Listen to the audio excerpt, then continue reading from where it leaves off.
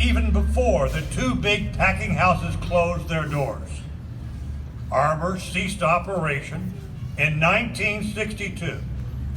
Swift managed to hold on for another 9 years.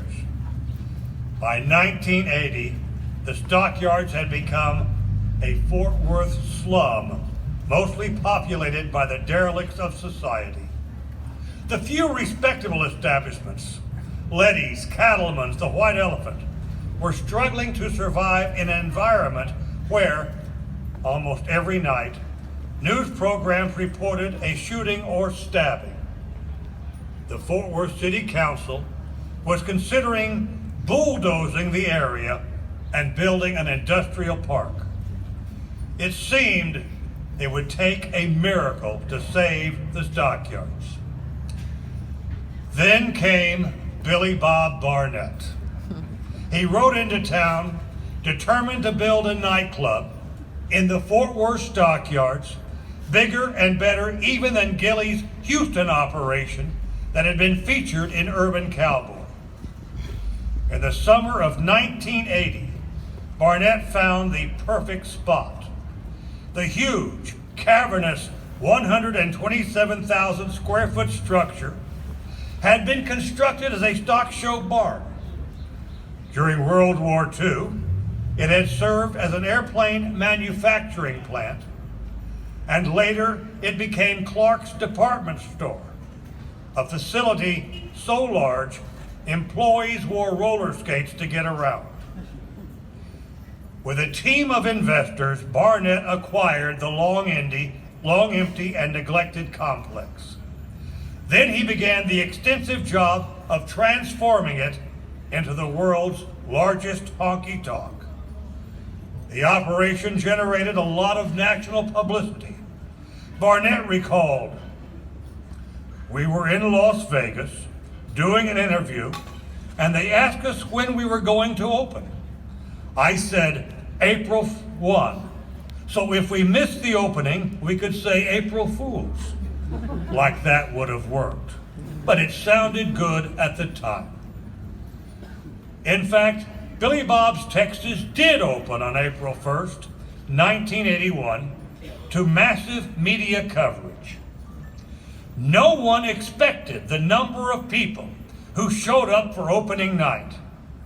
Barnett said that people were waiting for more than an hour in a line that wrapped around the building and extended all the way down to the end of East Exchange. Barnett recalled a letter he later received from a customer who had attended opening night. The letter writer complained that the club was so crowded he could not see, he could not hear, he could not move, he could not breathe, he could not pee, and worse, he could not get a drink. Barnett had placed his friend Hub Baker in charge of the retail operation, mostly selling t-shirts. During the night, Barnett asked Baker how much money the sales had generated. Baker replied, 25. 2,500? That's great, Barnett said.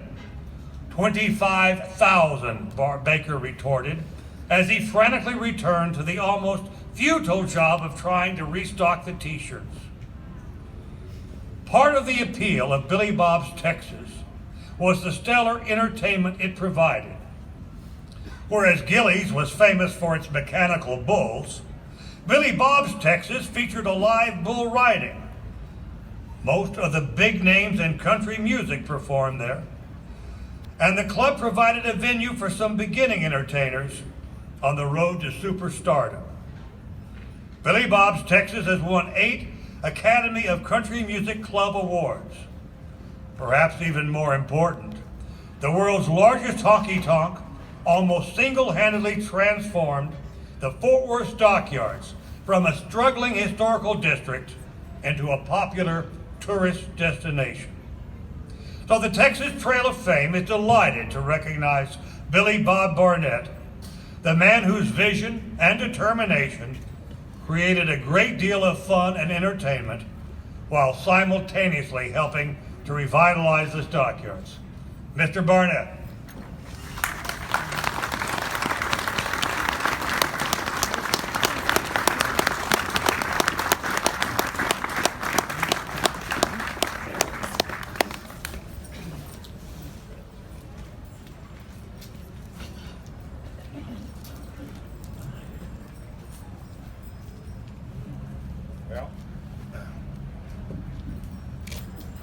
I'd like to thank T.E. Winters and Winona Winters for introducing me to the stockyards. I'd like to thank Ron Stern for helping me buy Metroplex labor and the Riot Hotel early on when we're down here.